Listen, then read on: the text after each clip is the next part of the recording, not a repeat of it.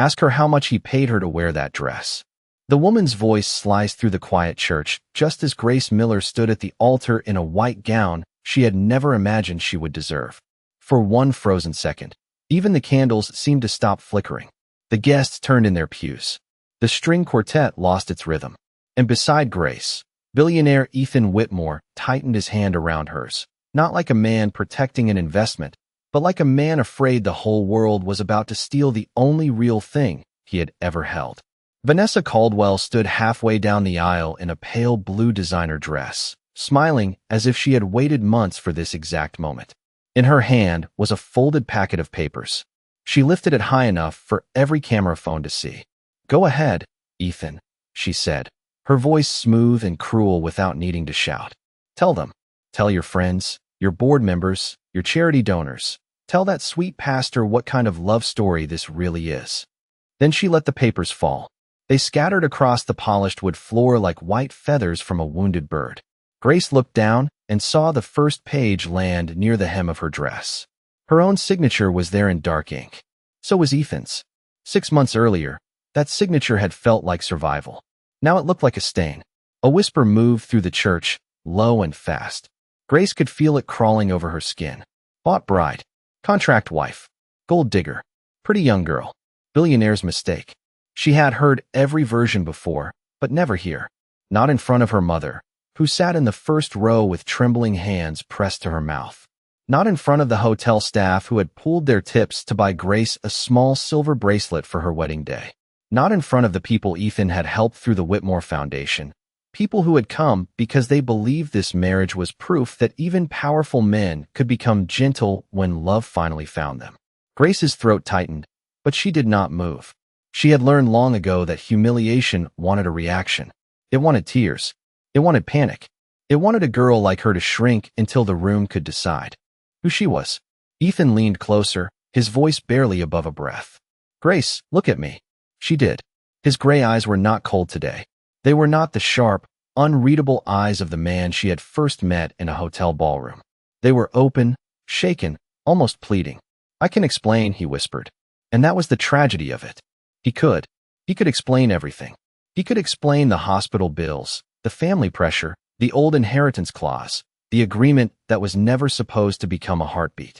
He could explain how a billionaire had asked a waitress to play his bride and somehow ended up being the one who was changed. But explanations were fragile things when the whole room had already seen the paper. Vanessa took one slow step forward. "Do not worry, Grace," she said, tilting her head. "I am sure the dress was included in the package." A few people gasped. Ethan's jaw tightened, but Grace gently pulled her hand from his before he could speak. That small movement hurt him more than any headline ever had. She bent down, careful not to step on the train of her gown, and picked up the contract. The pages were warm from the sunlight pouring through the stained glass windows. 6 months ago, she had signed them with hands that would not stop shaking. 6 months ago, she had been Grace Miller, 24 years old, working overnight banquets at the Langford Grand Hotel in downtown Chicago, counting every dollar before buying groceries, smiling at wealthy guests who never remembered her face. 6 months ago, Ethan Whitmore had been nothing more to her than a name on business magazines left behind in suites, a man whose watch probably cost more than her mother's surgery. And 6 months ago, on a rainy Thursday night, she had stepped into a room full of champagne, diamonds, and people who could ruin lives with a whisper, never knowing one small act of kindness would turn her into the most talked-about woman in the city. It began in the grand ballroom of the Langford, under chandeliers bright enough to make every silver fork shine like a blade. Grace was carrying a tray of sparkling water past table 12 when she heard the first camera shutters. Ethan Whitmore stood near the stage in a black tuxedo, tall, still, and painfully alone. Across from him, Vanessa Caldwell smiled for the reporters while resting her hand on another man's arm. "Ethan," she said sweetly, loud enough for the microphones nearby, "I hope you did not come alone. That would be so sad after everything." Grace saw something flicker in his face. Not anger, not embarrassment, loneliness. The kind people hide behind money, posture, and perfect tailoring. The reporters leaned closer. Vanessa's smile sharpened, and before Grace could talk herself out of it, she stepped beside Ethan, slipped her gloved hand around his arm, and said, "Sorry I am late, darling." The elevator was a nightmare. The room paused. Ethan looked down at her, startled. Grace smiled up at him like she belonged there. Even though her black uniform dress cost $30 and her shoes had been glued at the heel that morning. For 3 seconds, he said nothing. Then, slowly, he covered her hand with his and answered, "You made it. That is all that matters." Cameras flashed. Vanessa's smile cracked. And Grace Miller, who had only meant to save a stranger from public humiliation, had no idea she had just walked into the beginning of her own love story. For the rest of that gala, Grace felt as if she were walking on glass that somehow did not break. Ethan kept her hand tucked lightly in the bend of his arm, guiding her through clusters of donors, executives, and socialites who suddenly wanted to know who she was. "Grace Miller," she said each time, keeping her voice steady, never pretending to have a last name that opened doors. When someone asked which family she came from, Ethan answered before she could, the kind that raised her well. It was a simple sentence. Not romantic, not dramatic, but it made Grace look up at him, because no one in that ballroom had ever described her poverty without pity before. For almost an hour, they moved through the glittering room like two people who had planned the illusion for weeks. Ethan introduced her as if she belonged beside him. Grace smiled as if her pulse was not racing beneath her collarbone. Vanessa watched from across the room, her perfect posture stiff, her expression polished into something that looked almost calm. Almost. Near the silent auction table, an older donor laughed and said, "Mr. Whitmore, you have been hiding this lovely young woman from us." Ethan glanced down at Grace. "No," he said quietly. "I think I was the one hidden." Grace did not know what to do with that answer, so she looked away and focused on the crystal vase in front of her, pretending to admire flowers that probably cost more than a month of her rent. When the final toast ended and the guests began drifting toward the doors, Grace slipped her hand free. The warmth of Ethan's arm disappeared, and suddenly she was just a banquet server again, wearing white gloves that smelled faintly of lemon soap and carrying a tray that was not even hers. "I should get back to work," she said. Ethan studied her as if the sentence had surprised him. "You saved me tonight." Grace gave a small shrug. "You looked like you needed a rescue. Most people in that room would have enjoyed watching me drown." "Then you know the wrong people." She said it before she could stop herself. A corner of his mouth lifted, not quite a smile, but close enough to change his face. "Maybe I do." Grace turned toward the service hallway, but Ethan followed. Not too close. Just enough for his dress shoes to echo behind her on the marble floor. "Miss Miller." She stopped beside the gold elevators. "Grace is fine." "Grace," he said, and the way he spoke her name made it sound carefully chosen. "May I at least thank you properly?" "You already did." "No, I let strangers believe you were with me. That was useful to me. It may not have been useful to you." The elevator doors opened with a soft chime. Grace stepped inside, and to her surprise, Ethan stepped in after her. Before either of them could speak, the doors closed. The elevator rose 2 floors, then gave a small shudder and stopped. The lights flickered once. Grace grabbed the brass railing. Ethan reached toward the emergency button, calm but alert. A voice came through the speaker a moment later, apologetic and distant, saying maintenance was aware of the issue and they would be moving again soon. Grace exhaled, half nervous, half embarrassed. "Well," she said, staring at the glowing number 38. "This night is getting more expensive by the minute." Ethan looked at her. "Expensive. I'm still on the clock." That made him laugh once, softly, as if the sound had escaped without permission. Then silence settled between them, heavy but not uncomfortable. In the small mirrored space, Grace could see the difference between them too clearly. His tuxedo fit like it had been made in another country by someone who knew his exact measurements. Her uniform dress had a loose thread near the sleeve. His cufflinks were silver. Her gloves had a faint coffee stain at the thumb. Ethan noticed her looking and lowered his gaze, not to judge, but to understand. "Why did you do it?" he asked. "Stepping like that." Grace leaned back against the wall. "Because she wanted to embarrass you. You do not know me. I know what public embarrassment looks like." Ethan's face shifted. "Someone did that to you." Grace almost laughed. "Mr. Whitmore, when you carry trays in rooms like that, people do not have to raise their voices to remind you where you stand." He absorbed that quietly. For the first time all night, He seemed less like a billionaire and more like a man who had missed something obvious for years. "I am sorry," he said. "Do not be sorry. Just notice next time." Another pause. Then his phone vibrated. He read the message, and whatever softness had begun to form around him disappeared. His jaw tightened. "Problem?" Grace asked before remembering it was none of her business. Ethan slipped the phone away. "My family board is moving a vote. If I do not meet the terms of my father's estate before my 40th birthday, my uncle gains control of the Whitmore Foundation." "And the terms are?"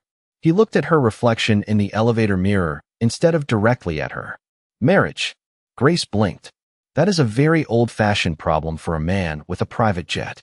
My father believed marriage made a man accountable. That sounds sweet until it becomes a legal trap." "Exactly." The elevator hummed, but did not move. Ethan turned toward her fully now, and Grace felt the air change before he spoke. "What if I offered you a job?" "I have a job. A different one. I am not qualified to run a billionaire emergency. You were qualified enough to save me in front of 300 people." Grace narrowed her eyes. "What kind of job?" Ethan took a breath, as if even he knew how impossible it would sound. 6 months. Public appearances. Family events. A legal marriage in name only. Full privacy protections. Compensation enough to change your life. Grace stared at him, waiting for the punchline that never came. "You are asking me to marry you? As a contract?" The words landed cold. Whatever strange warmth had existed between them vanished. Grace straightened, her cheeks burning. "I am poor, Mr. Whitmore. I am not for sale. That is not what I meant." "It is exactly what you meant. You just put better lighting on it." He looked genuinely struck, and maybe that should have satisfied her, but it did not. Because beneath her anger was something worse. The sudden memory of her mother's hospital bill folded in her purse, the rent notice taped to her apartment door, the college invoice her younger sister had tried to hide under a cereal box. Survival had a sound. It was the beep of a hospital monitor. It was an overdue notice sliding under a door. It was your own stomach growling while you smiled for strangers holding champagne. The elevator doors finally opened. Grace stepped out before Ethan could say another word. But just as she reached the service hallway, her phone buzzed. She looked down and saw the hospital number. Her fingers went cold inside the white gloves. "Miss Miller," the nurse said when Grace answered. "Your mother's surgery has been moved up. The deposit is due by Friday." Grace closed her eyes. Behind her, Ethan stood in the elevator doorway, silent now, watching the world ask her for a price she did not know how to pay. Grace did not remember walking out of the service hallway. She remembered the hospital nurse saying Friday. She remembered the word deposit. She remembered her own hand tightening around the phone until the plastic edge pressed into her palm. After that, the ballroom noise faded into a dull ocean. Behind the walls, and the hallway lights seemed too bright, too clean, too expensive for a girl who suddenly could not breathe. Ethan did not follow her right away. Maybe he understood that pity would only make it worse. Maybe he was simply too used to watching problems from a distance before deciding how much money they were worth. Grace stood near the employee exit, beneath a red sign that buzzed softly, and listened as the nurse explained numbers she already knew she could not reach. Her mother, Linda Miller, needed the surgery sooner than expected. Insurance would cover part of it. Not enough. Never enough. Grace said thank you because that was what poor people learned to say even when the world was handing them another impossible bill. Then she ended the call and stared at the white gloves on her hands. They looked almost elegant under the hallway lights. Clean, polite, disposable. Behind her, Ethan finally spoke. "Grace." She did not turn around. "Do not. I heard enough to know this is urgent. That does not give you the right to make it yours." "No," he said carefully, "but it gives me a chance to fix what I said wrong." She laughed once, without humor. "You did not say it wrong. You said it clearly." Ethan stepped closer, stopping several feet away, giving her space as if space itself could prove respect. "Then let me say something else clearly. I need a wife in name only before my birthday. You need money without being treated like a charity case. I am not offering to buy you. I am offering a legal arrangement where both sides get what they need." Grace turned then. Her eyes were bright, but she refused to let the tears fall. "You hear yourself, right? You make it sound clean because lawyers can print it on expensive paper. It can be clean if the terms protect you. Protect me from what? From people like you." That landed. Ethan looked away for half a second, And in that brief crack, Grace saw something other than wealth. Shame, maybe. Or memory. Yes, he said quietly. If necessary. Neither of them spoke. Somewhere behind the double doors, applause rose from the ballroom, warm and effortless, as if another donation had just been announced by people who would never wonder whether a hospital deposit could change the shape of a life. Grace looked toward the sound. My mother worked 30 years as a school secretary, she said. She remembered every child who forgot lunch money. She kept granola bars in her desk. She bought winter coats when parents were too proud to ask. And now she has to wait for a deposit before doctors will help her. Ethan listened without interrupting. My sister is 19, Grace continued. She is at community college because she thinks a 4-year school would be selfish. I work nights here, mornings at a bakery, weekends wherever someone needs an extra pair of hands. So yes, Mr. Whitmore, I need money. I need it so badly that standing here and pretending I do not would be a lie. But I will not let you turn my desperation into your convenience. Ethan reached into his jacket and pulled out a business card, then stopped himself, as if realizing how small and insulting it looked in that moment. He put it away. Then write the terms yourself. Grace frowned. What? My attorneys can draft the structure. You decide the boundaries. Separate rooms. No public affection beyond what you approve. No private expectations. Your mother's medical bills paid directly to the hospital, not to you, unless you request otherwise. Your sister's tuition placed in an education trust she controls. Compensation deposited under your name, with independent counsel reviewing everything before you sign. If I break any term, you walk away with full payment. Grace wanted to hate how reasonable it sounded. She wanted him to be arrogant so she could refuse him cleanly. But his voice had changed. He was no longer tossing money at a problem. He was building a door and asking whether she wanted to open it. And what do you get? She asked. 6 months of stability. Publicly, a wife. Privately, a partner in appearances only. My uncle Victor has been waiting years to take control of the Whitmore Foundation. If he does, he will sell off programs my father built for clinics, shelters, school lunches, rural health grants. He calls them sentimental waste. Grace swallowed. So this is about charity? It is. About control, Ethan admitted. But not only for me. That honesty unsettled her more than a polished answer would have. By midnight, Grace was sitting across from Ethan in a quiet conference room on the 39th floor of the hotel, still wearing her uniform, still wearing one white glove because she had lost the other somewhere between anger and fear. A woman named Marjorie Blake arrived with silver hair, reading glasses, and the calm authority of an attorney who had seen rich men make foolish decisions and poor women pay for them. To Grace's surprise, Marjorie spoke to her first, not Ethan. Miss Miller, I represent Mr. Whitmore, not you. Before you sign anything, you will have your own lawyer, paid for by him, chosen by you. Until then, this conversation is only a conversation. Grace looked at Ethan. You agreed to that? You should have someone whose job is to protect you from me. Again, there it was. A sentence too honest to dismiss. Over the next hour, the outline of an impossible life appeared on paper. 6 months. A courthouse ceremony first. A formal wedding later if needed for public credibility. Residence at the Whitmore estate, with a private suite for Grace and unrestricted access to visit her family. No romantic obligations. No control over her clothing except for events where styling was required and approved by her. No lies to her mother beyond what Grace chose to say. Then Grace took the pen from Marjorie's hand and added one final line herself. Her handwriting looked small beneath the typed clauses. If I ever become real to you, you must tell me before the world does. Ethan read it once. Then again. What does that mean? He asked. Grace held his gaze. It means I can survive people laughing at me. I can survive gossip. I can even survive pretending for 6 months. But I will not survive finding out last that my own life stopped being fake. For a long moment, Ethan said nothing. Then he took the pen and signed beneath her line, not with the confidence of a billionaire closing a deal, but with the hesitation of a man touching something fragile. The next morning, before sunrise, Grace stood outside her mother's hospital room with a paper cup of coffee cooling in her hands. The deposit had been paid. The nurse smiled at her differently now, with relief instead of apology. Her mother slept behind the glass, pale but peaceful, unaware that her daughter had traded the next 6 months of her name for a chance to give her more years. Ethan waited at the end of the hall, his black coat folded over one arm. He did not come closer. He did not ask for gratitude.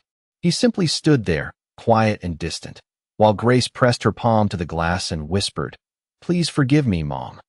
But deep down, she was not sure whether she was asking forgiveness for signing the contract, or for feeling, even for one dangerous second, that Ethan Whitmore might not be the worst mistake she had ever made.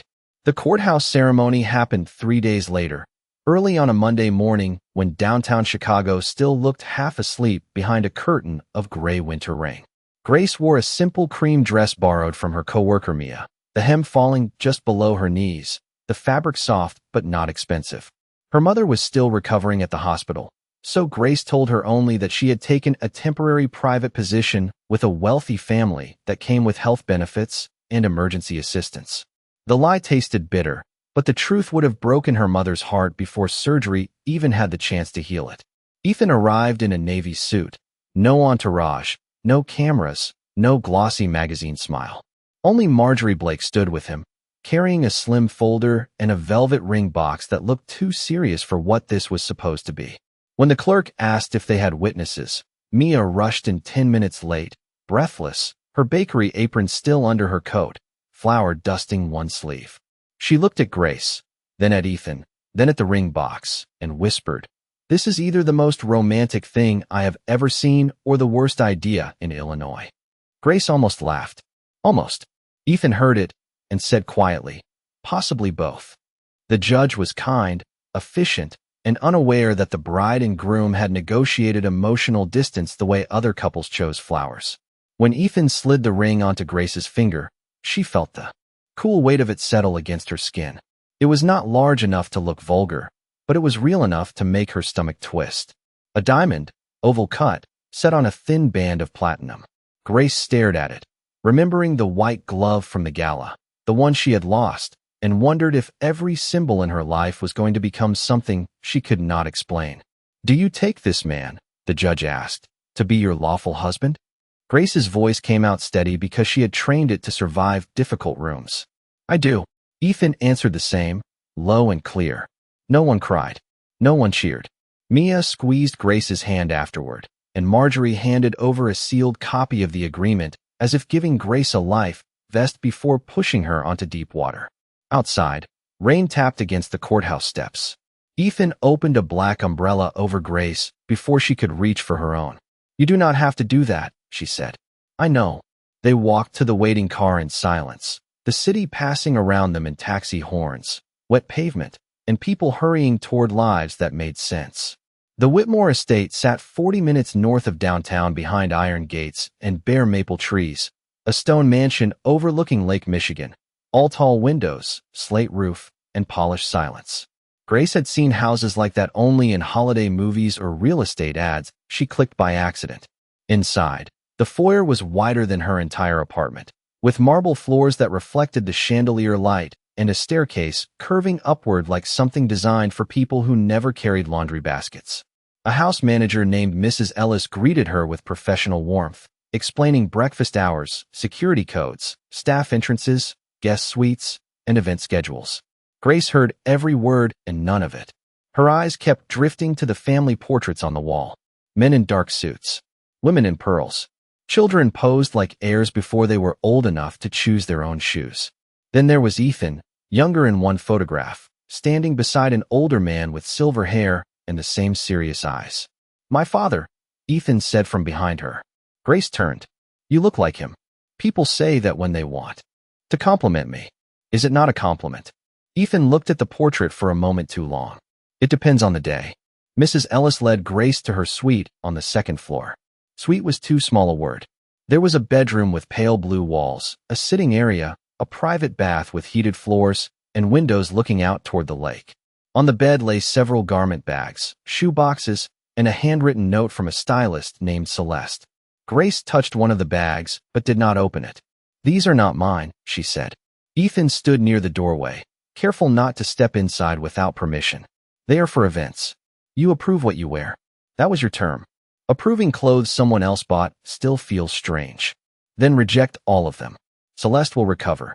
Grace looked at him, surprised by the hint of humor. Do billionaires make jokes often, or was that included in the contract? Only on Mondays after questionable courthouse weddings.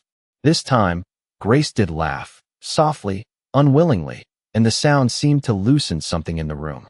But the looseness did not last. That evening, Mrs. Ellis announced dinner in the formal dining room. Grace came downstairs in her own black dress, because wearing designer clothes to eat soup felt like surrender. Ethan noticed, but said nothing. At the long table sat Victor Whitmore, Ethan's uncle, silver-haired and sharp-eyed, with a smile that did not reach anywhere near kindness. Beside him was Vanessa Caldwell, calm as a knife hidden under silk, though Grace hated herself for thinking in such dramatic images. "There she is," Victor said, rising halfway, not quite polite enough.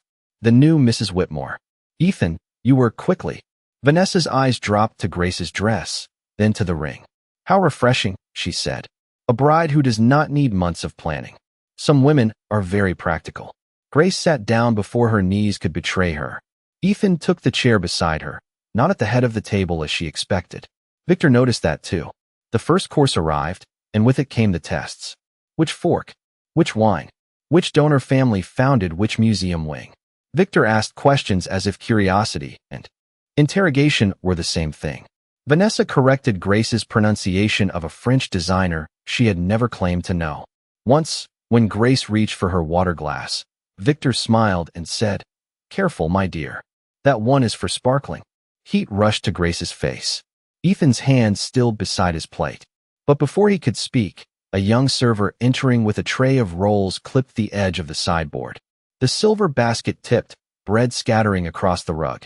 The girl went pale. Victor sighed loudly. Honestly, where do they find staff these days? The room froze. Grace looked at the server's shaking hands and saw herself at the Langford, seen and unseen at the same time. Without thinking, she stood, crossed the room, and knelt to help gather the rolls into a napkin. "It is all right," she said gently. "The rug will survive." The server whispered, "I am so sorry, ma'am. Do not apologize for being human." Behind her, silence thickened. Grace rose, handed the napkin to the girl, and turned back to the table. Victor's mouth was tight. Vanessa looked offended by Grace's kindness, as if it had broken a rule no one had explained. Ethan was watching her with an expression she could not read. Not admiration exactly. Something heavier. Something that looked uncomfortably like recognition. Dinner ended early after that. Vanessa left with a cool goodnight. Victor told Ethan they would discuss foundation matters soon, which sounded less like business and more like warning. Grace walked toward the staircase, exhausted in a way sleep could not fix. Ethan caught up to her near the portraits. "You did not have to do that." Grace kept walking. "Neither did you with the umbrella.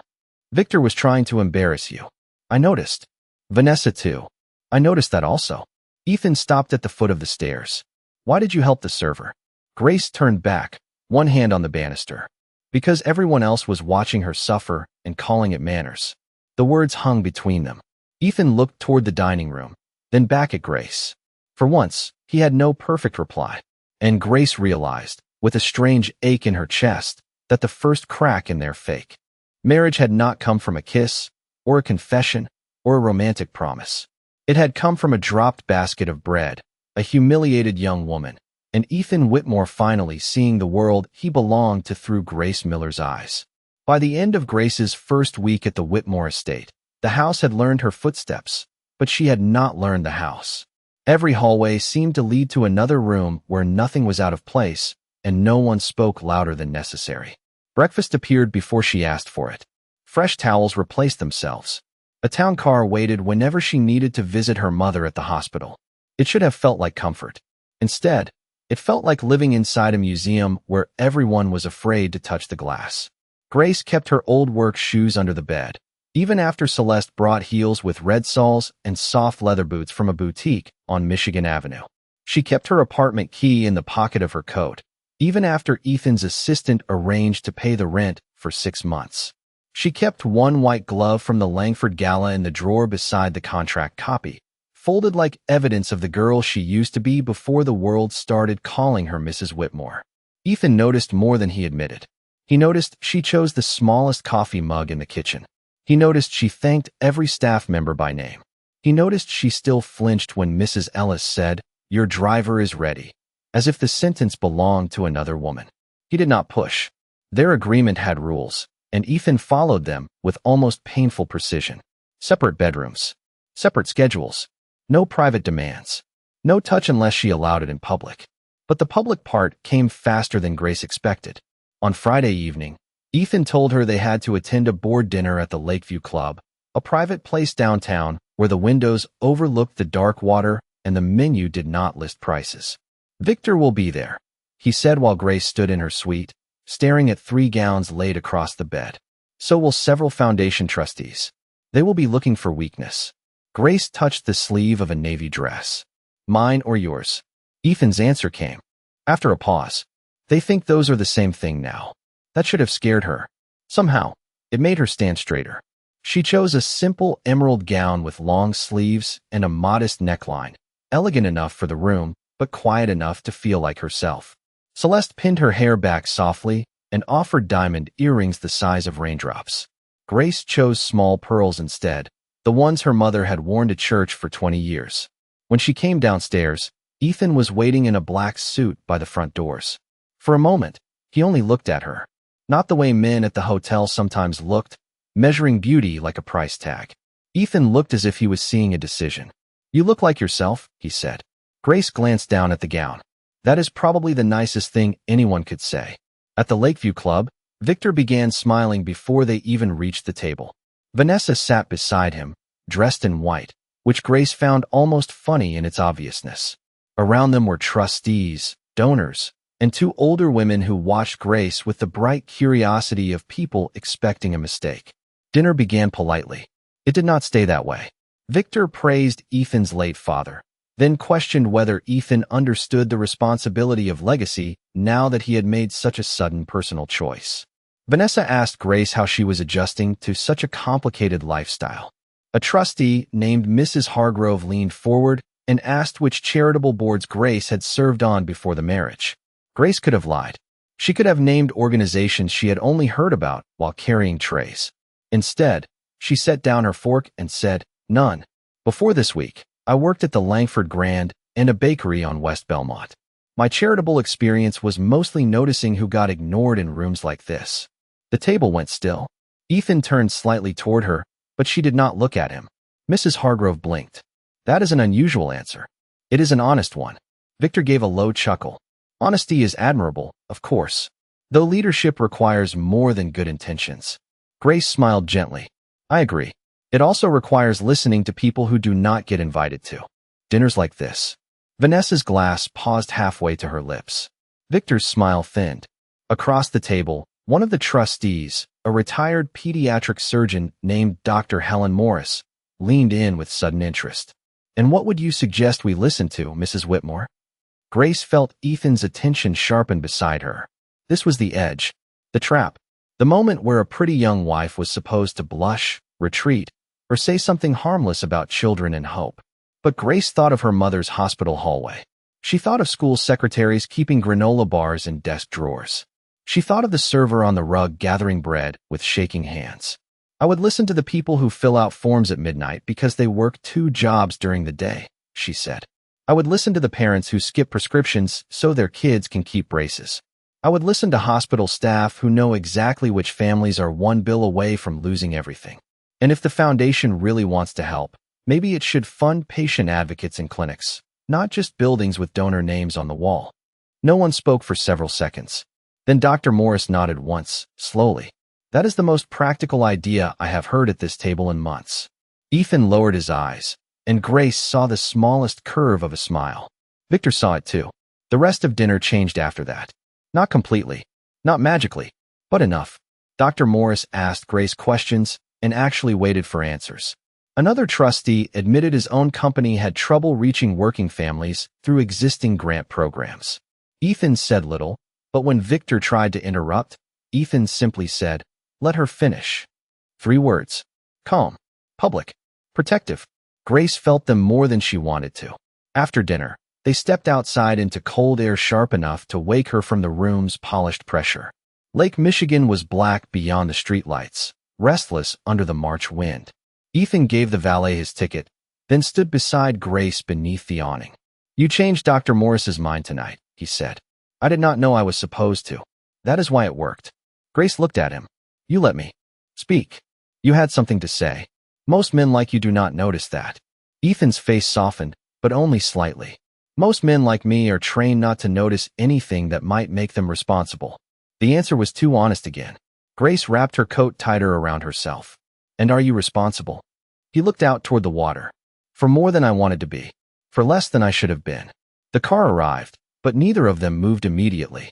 In the reflection of the club window, Grace could see them standing side by side. Billionaire husband and contract wife, looking almost believable from a distance. That was the dangerous thing about pretending. Sometimes the shape of it became familiar before the heart understood the cost. On the ride home, Ethan did not take phone calls. Grace did not ask why. The city lights slid across the car windows in gold lines, and halfway up Lakeshore Drive, he opened the center console and took out a small white glove, carefully folded. Grace's breath caught. Where did you get that? You lost it at the hotel the night we met. It was in the elevator. He held it out to her. I meant to return it sooner. Grace took it slowly, touching the fabric like it belonged to another lifetime. Why did you keep it? Ethan looked straight ahead, his voice low. Because that was the night someone stood beside me without wanting anything from me. Grace closed her fingers around the glove. The contract said 6 months. The ring said performance. The world would say whatever the world wanted.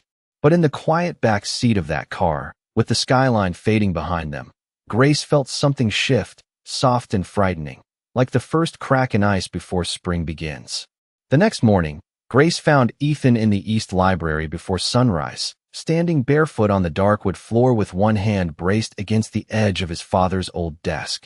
The room was dim except for a brass lamp and the pale gray light coming off Lake Michigan. At first, she thought he was reading.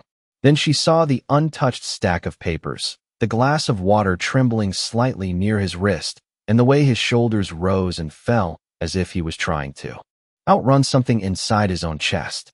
Grace stopped at the doorway. Ethan, he straightened too quickly. I am fine. The sentence was so practiced it barely sounded alive. Grace had heard people say it in hospital hallways, at eviction offices, behind counters during double shifts. I am fine was what people said when the truth had no safe place to land. She stepped into the room slowly. I did not ask if you were fine. He looked at her then, and the control he wore so carefully was cracked at the edges. His face was pale. His hair was slightly disordered, not styled into the clean authority the world expected. On the desk in front of him was an old silver pocket watch, open beside a yellowed photograph of his father standing outside a small brick clinic with a group of nurses and children holding paper signs. Grace moved closer, careful not to touch him. Do you want me to call someone? No, Mrs. Ellis? No. Then tell me what you need. Ethan gave a short laugh, but there was no humor in it. That is the problem, Grace. I built an entire life making sure I never needed anything. She stood beside the desk, leaving a few feet between them, enough space for the rules, enough space for fear. Everyone needs something. Not in my family. His eyes dropped to the pocket watch. In my family, needing something meant someone could take it from you. The words came quietly, but they changed the room. Grace forgot the marble foyer, the town cars, the trustees, the gowns. She saw only a man in a library before dawn, surrounded by everything money could preserve except peace. Ethan pressed his thumb over the watch glass. My father carried this every day. He started the foundation after his younger sister died because a rural clinic did not have the resources to diagnose her in time. He spent the rest of his life trying to make sure other families had better odds. Victor called it guilt dressed as generosity. Grace's voice softened. And what did you call it? A burden. He swallowed. Until he was gone. Then it became the only part of him I could still protect. Grace looked at the photograph again. The clinic was plain, the brick uneven, the sign hand-painted. Nothing like the polished charity galas where names were projected on screens and applause came with champagne. Why is Victor trying so hard to take it? Because my father locked him out of the foundation after he tried to redirect grants toward companies he controlled. The estate terms gave me final authority only if I showed what my father called personal accountability before 40. Marriage was his old-fashioned definition of that. Ethan shook his head, almost bitterly. I hated him for it. Then I became desperate enough to turn a woman's life into paperwork. Grace felt that sentence in her chest. Not because it erased what he had done, but because he had finally named it without decoration. "You did," she said. Ethan looked at her. "I know. But you also paid my mother's hospital bill. That does not make it noble." "No," Grace said. "It makes it complicated." Outside the windows, the lake shifted under the first weak light of morning. The house was silent around them, still asleep, as if the world had given them a few hidden minutes before status and performance returned. Ethan reached for the water glass, but his hand was not steady. Grace picked it up first and placed it gently near him. "You do not have to be powerful every second," she said. He closed his eyes, and for a moment she thought he might turn away. Instead, he sat down slowly in the leather chair behind the desk, the breath leaving him like a man who had been holding up a ceiling no one else could see. Grace stayed. She did not touch his shoulder. She did not offer easy comfort. She simply sat in the chair across from him, still wearing a cotton robe over her pajamas, her hair loose, the diamond ring cold on her finger. It was the least glamorous moment of their marriage, and somehow the most honest. After a long silence, Ethan opened a drawer and removed a small wooden box. Inside was a tarnished brass key. "My father had a cabin in Door County, Wisconsin," he said. 3.5 hours north. No staff. No press. Bad plumbing. Worse coffee. Grace raised an eyebrow. "That sounds like a terrible sales pitch." His mouth almost smiled. "It is the only place I ever knew. Him as a person instead of a name." 2 days later, after visiting her mother and confirming the surgery recovery was going well, Grace agreed to go. They drove north without a driver, Ethan behind the wheel of an old dark green Jeep that looked wildly out of place beside his usual black cars. Snow still clung to the shoulders of the highway in dirty white strips, and by the time they reached the cabin, the sun was lowering behind pine trees and the air smelled like cold wood, lake water, and smoke from distant chimneys. The cabin was modest, almost plain, with a sagging porch and a red door that stuck until Ethan leaned his shoulder into it. Inside, dust floated in the golden light. There were plaid blankets, shelves of old paperbacks, a stone fireplace, and a kitchen table scarred with knife marks and coffee rings. Grace ran her fingers over the table. "This does not feel like the Whitmore estate. That is why I like it." Ethan opened the windows to air out the room, while Grace found 2 mugs in the cabinet and washed them twice before trusting them. They made grilled cheese sandwiches because it was the only food Ethan had remembered to bring, and one side of his burned badly enough that Grace took the pan from him. "You run billion-dollar companies and cannot manage bread. Bread is unpredictable. No, you are impatient." He looked at the blackened sandwich, then at her, and for the first time since she had known him, he laughed fully. Not politely, not carefully, fully. The sound warmed the small kitchen more than the old heater could. Later, they sat on the porch wrapped in separate blankets, watching the dark settle over the trees. No one there knew Ethan Whitmore. No one cared about Grace's ring. The contract copy was locked in a file cabinet miles away. "My mother thinks I took a private job," Grace said suddenly. "I hate lying to her." Ethan's face turned serious. "Do you want to tell her?" "Not yet. She is healing. I do not want her carrying my choices in her chest." "And what about you?" Grace looked at the lake, barely visible beyond the trees. "I carry things well." Ethan did not accept the answer. "That is not the same as being all right." She glanced at him, hearing her own words returned in a different shape. He looked away first, as if embarrassed by his own gentleness. "Your father was right about one thing," Grace said. "What?" "Accountability does matter. He was wrong about forcing it through marriage. But he was not wrong that people become different when someone else's life is tied to theirs." Ethan was quiet for a long time. Then he said, "Are you tied to mine, Grace?" The question settled between them. Dangerous because the contract had an answer and her heart was beginning to form another one. She could have made a joke. She could have reminded him of the 6-month term, the separate rooms, the signatures. Instead, she looked down at the white glove folded in her coat pocket, the glove he had kept because she once stood beside him without wanting anything. "I do not know yet," she said honestly. Ethan nodded, accepting the truth as if it mattered more than comfort. And in the soft darkness of that old porch, with cold air on their faces and the lake whispering beyond the trees, Grace realized she was no longer afraid only of being used. She was afraid that somewhere between the hospital bill, the ring, the dinner table, and this quiet cabin, she had begun to care whether Ethan Whitmore was lonely. By the time Grace and Ethan returned from Door County, something invisible had changed between them, but neither one dared to give it a name. The Whitmore estate still looked the same from the outside: tall stone walls, iron gates, dark windows reflecting the cold March sky. Yet Grace no longer felt like a visitor in every room. She knew which step on the back staircase made the faintest creak. She knew Mrs. Ellis liked her tea with honey, but never asked for it. She knew Ethan worked too late when the East Library lamp stayed on after midnight. And Ethan, without announcing it, began leaving space for her in his world. He sent foundation reports to her tablet, not as decoration, but because he wanted her comments. He asked Dr. Helen Morris to meet Grace for coffee and discuss the patient advocate idea. He introduced Grace to staff by saying, "She sees what I miss." That sentence followed her through the house like a dangerous kind of tenderness. It made the ring on her finger feel heavier. It made the contract in the drawer feel louder. 3 weeks later, the Whitmore Foundation announced a new pilot program. Patient advocates in community clinics across Illinois, starting with 5 locations on the south side and 2 rural clinics downstate. The press release listed Ethan as chair, Dr. Morris as medical advisor, and Grace Whitmore as community liaison.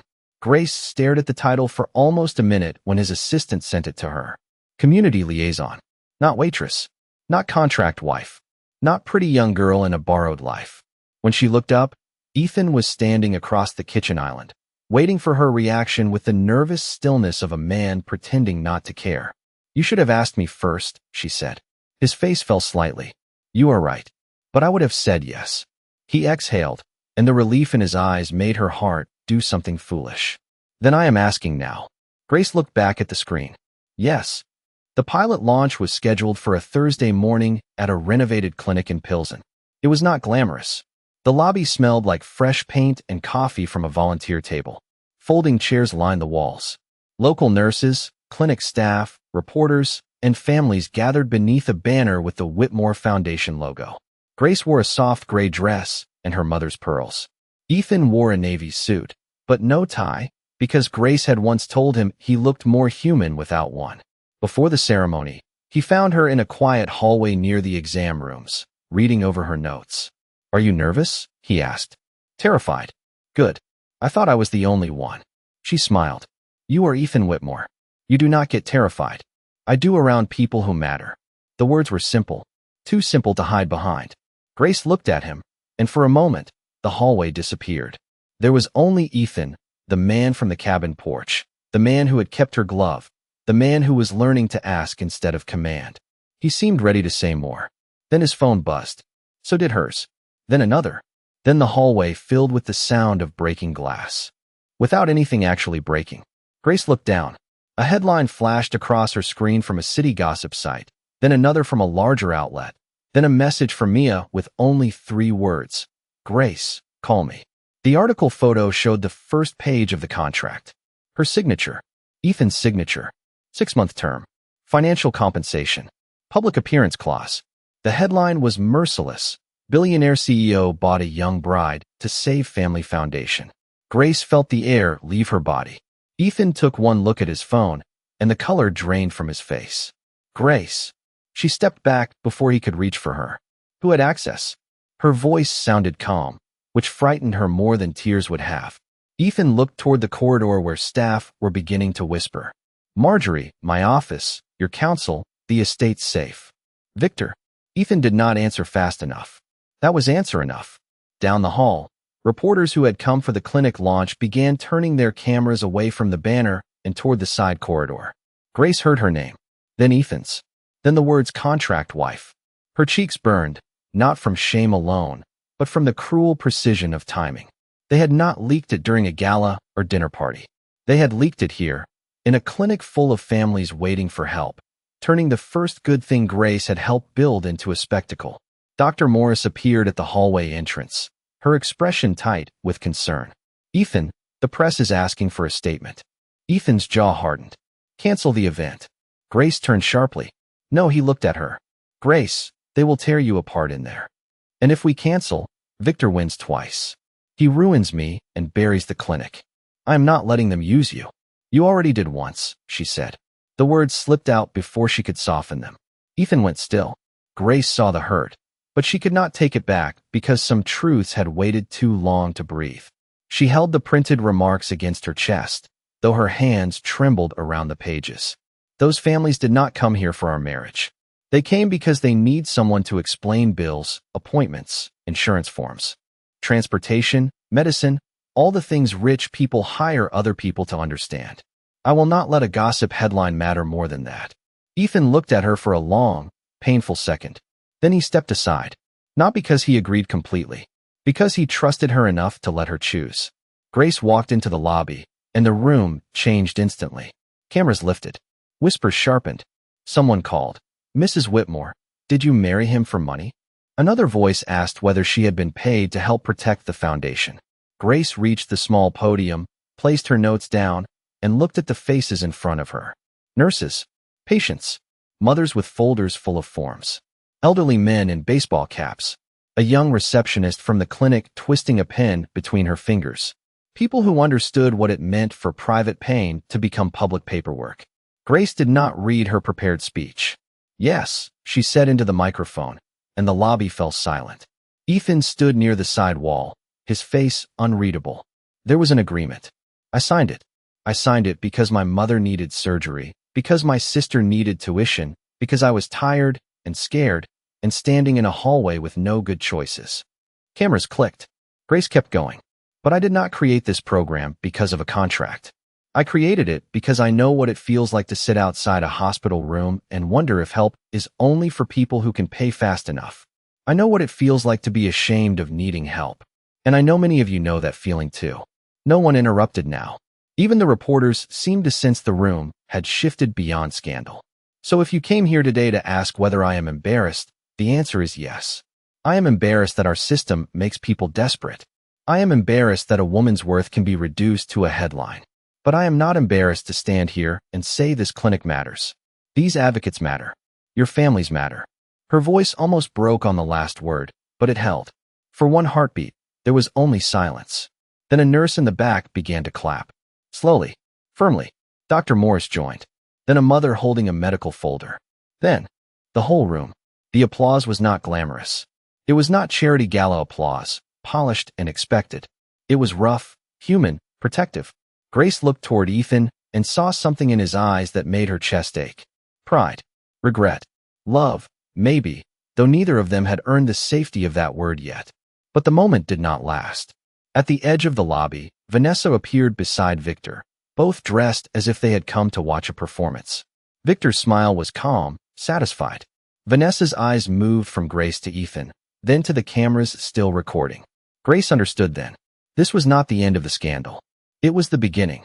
And somewhere between the applause and the flashing phones, she realized the contract had finally done what all contracts eventually do. It had demanded payment. The applause inside the clinic should have felt like victory, but Grace could feel the storm waiting just beyond the glass doors. Reporters were already speaking into cameras on the sidewalk. Phones were ringing in every corner. The foundation staff moved quickly, trying to continue the clinic launch while the whole city refreshed headlines about a marriage that had started on paper and somehow become the only thing Grace could not explain without hurting. Ethan stayed near the wall, watching Victor and Vanessa with a stillness Grace recognized now. It was not calm. It was restraint. Victor approached first, his overcoat folded over one arm, his smile polished for the cameras. That was quite a speech, Grace. Emotional. Very American. People do enjoy a working-class confession. Ethan stepped between them before Grace could answer. Leave. Victor lifted his brows. Careful, nephew. The board meets tonight. After this morning, they will want stable leadership. Not a man who married a hotel server to satisfy an estate clause.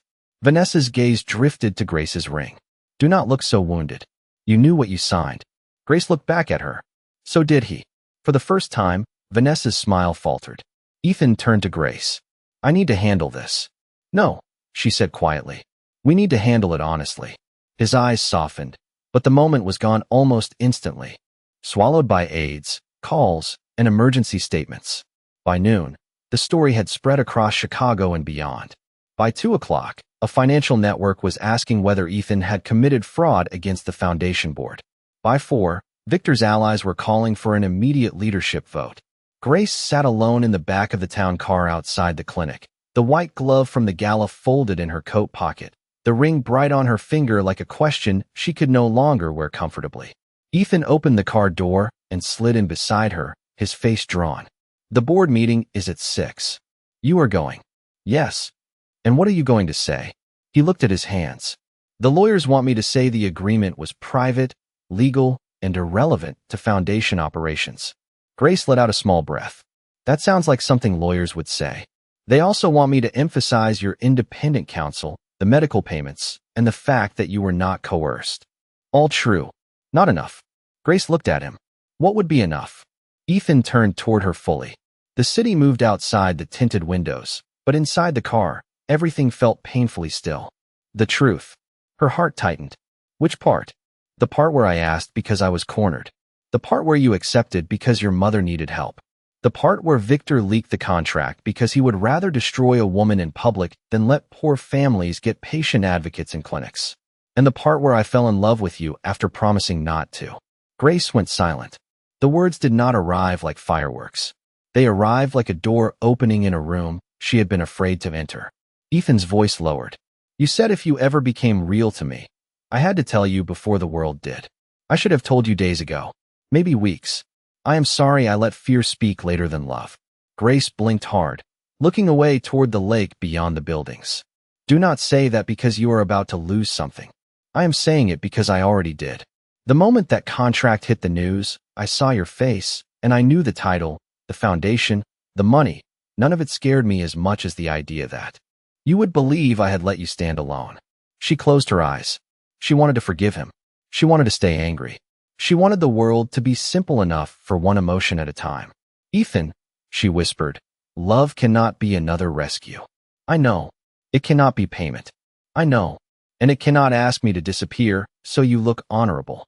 He reached into his inside pocket and pulled out a folded document. "Not the contract. A resignation letter." "Then I will not ask you to disappear." Grace stared at it. "What is that? If the board demands someone to blame, they can take me. I will step down as chair until an independent review is complete. Dr. Morris can serve as interim chair. The patient advocate program continues. Victor does not get control. You would give up the foundation?" "No. I would give up my seat to protect what the foundation is supposed to be." He paused. "There is a difference. You taught me that." At 6 o'clock, the Whitmore boardroom on the top floor of the tower was packed with trustees, attorneys, senior staff, and 3 members attending by video. The windows behind Ethan looked over Chicago at dusk, the river turning silver between the buildings. Victor sat at the far end of the table, already wearing the faintly satisfied expression of a man measuring curtains in someone else's house. Vanessa stood behind him, not a board member, but present as his communications advisor, which Grace understood was just a prettier name for weapon. Grace had not planned to attend. Ethan had told her she did not have to. That was why she came. She entered just before the meeting began, wearing the same gray dress from the clinic, her mother's pearls, and no attempt to look richer than she was. Conversation stopped. Ethan's eyes found hers, and something like gratitude moved across his face before he carefully hid it. The chairwoman asked for statements. Victor rose first. He spoke of trust, governance, appearances, moral responsibility, and the damage caused by personal deception. He never mentioned leaking the contract. He never mentioned the clinics. He never said Grace's name without making it sound like an accusation. Then Ethan stood. He did not use notes. "The contract was real," he said. The room went silent. "I proposed it. I benefited from it. Grace Miller did not chase my money, my name, or my position. She was a woman whose family was in medical crisis, and I used that crisis to solve my own." Several trustees shifted uncomfortably. Victor's smile sharpened, thinking he had won. Ethan continued. "But what my uncle leaked as scandal is also evidence of something else. Grace insisted on independent counsel. She insisted on boundaries. She insisted that no public humiliation be used against her. And when this program was attacked today, she stood in a clinic and defended patients instead of herself." He placed his resignation letter on the table. "Effective immediately, I am stepping aside as chair pending independent review. I nominate Dr. Helen Morris as interim chair." I also request a forensic audit of all communications and document access related to the leak. Victor's expression changed. Just slightly. Enough. Dr. Morris leaned forward. I second both motions. Another trustee followed. Then another. Vanessa whispered something to Victor, but the room had already shifted.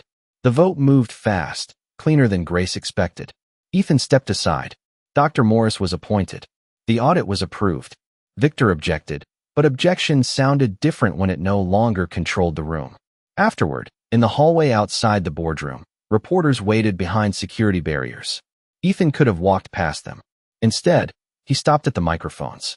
Grace stood a few feet away, heart pounding. I made a contract with Grace Miller because I thought accountability could be performed, he said. I was wrong. Accountability is not a clause. It is what you do when the truth costs you something. Grace owed me 6 months on paper.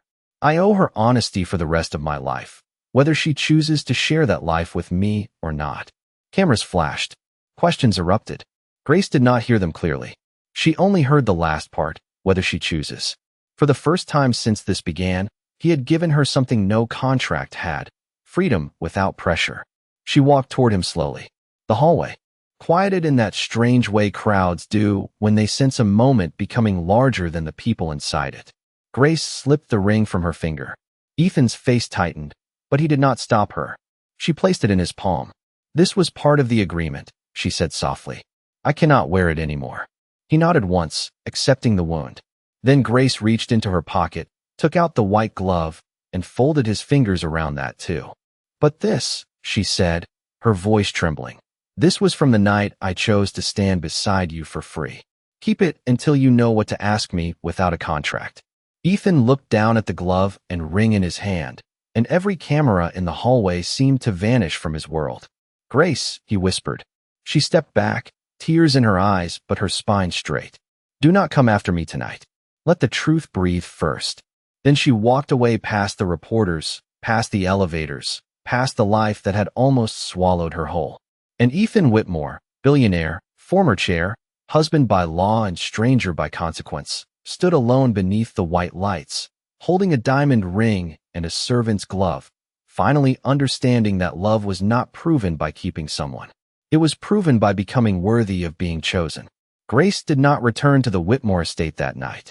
She went to her mother's small apartment on the northwest side, the place that smelled faintly of lavender detergent, chicken soup, and old family photographs.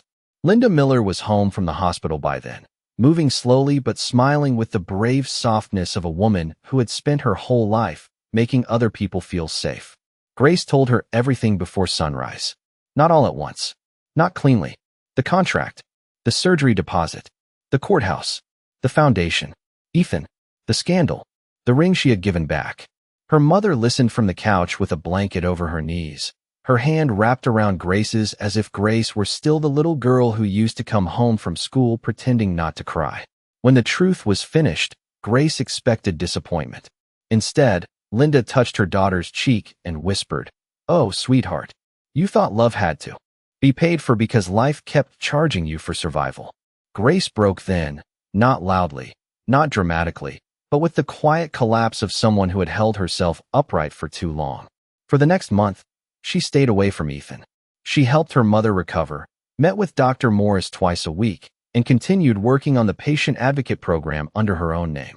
The media storm faded the way storms always do when the next scandal offers easier thunder. The independent audit did not fade. It found document access from Victor's private office, messages coordinating the leak, and financial conflicts tied to companies that would have profited if the foundation programs were shut down. Victor resigned before the board could remove him. Vanessa disappeared from the headlines after one carefully worded statement about misunderstandings and privacy. Grace did not celebrate. Justice, she learned, was not always fireworks. Sometimes it was a locked door finally opening, a bad man losing the key, and a clinic staying open on a Monday morning. Ethan did not call. He did not send flowers. He did not appear outside her building with cameras behind him. He respected the only request she had made: let the truth breathe. But his name kept reaching her through action. The foundation doubled the clinic grants. Dr. Morris became permanent chair. Every program report included community feedback, not just donor language. The Whitmore estate staff received new wage protections and grievance channels.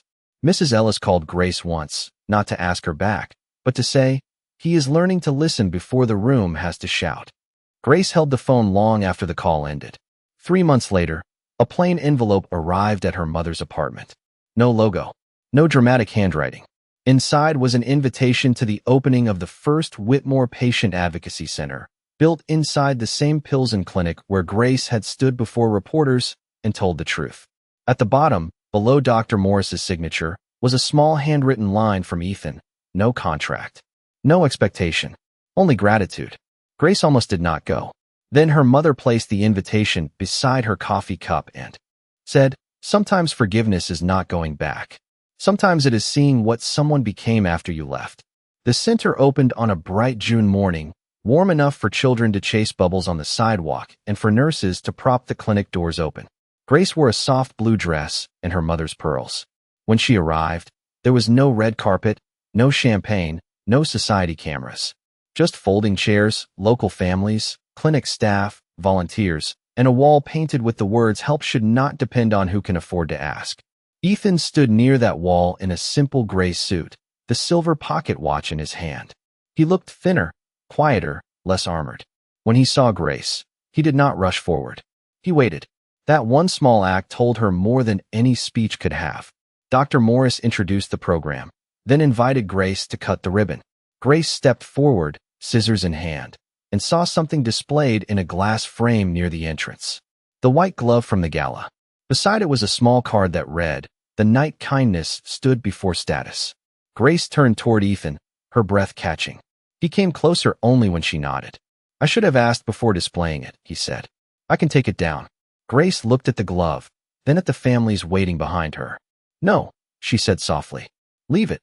After the ribbon fell, Ethan walked with her through the clinic, showing her private consultation rooms, transportation support desks, billing assistance stations, and a small corner with coffee, granola bars, and children's books in honor of Linda Miller. Grace's eyes filled when she saw her mother's name on the shelf. "You remembered," she whispered. "You told me she kept snacks in her desk. I told you many things. I remember all of them." Outside, beneath a maple tree planted beside the clinic entrance, Ethan finally reached into his jacket. Grace's heart tightened, afraid for one wild second that he had brought back the ring too soon. But he took out only a folded piece of paper. The old resignation letter. "I kept this to remind myself that losing status did not destroy me," he said. "Losing your respect almost did." Grace looked at him carefully. "And what do you want now, Ethan?" He breathed in, steady but visibly nervous. "I want to ask you to dinner. Not as my wife. Not as Mrs. Whitmore. Not because a board requires it or a contract allows it. Just Grace Miller and Ethan Whitmore, two people who have already seen the worst beginning and might still choose a better one." The answer did not come quickly. It had to pass through pain, memory, pride, fear, and the tender place where love had waited without permission. Finally, Grace smiled. "One dinner," she said, "and you are not choosing the restaurant." He laughed, the same full laugh she had first heard at the cabin, and this time it did not sound like an accident. One dinner became two. Two became Sunday walks by the lake, quiet visits with Linda, meetings at clinics, ordinary coffee in paper cups, and months of Ethan proving, without performance, that he could stay honest when no one applauded. When he asked again almost a year later, it was not in a boardroom or a church full of whispers.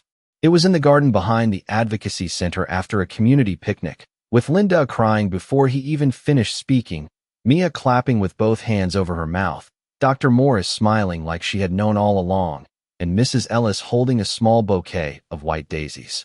Ethan opened a simple velvet box. Inside was the same diamond ring, reset on a new band. Beside a tiny engraving Grace could read through tears, chosen freely. He did not kneel like a prince in a fairy tale.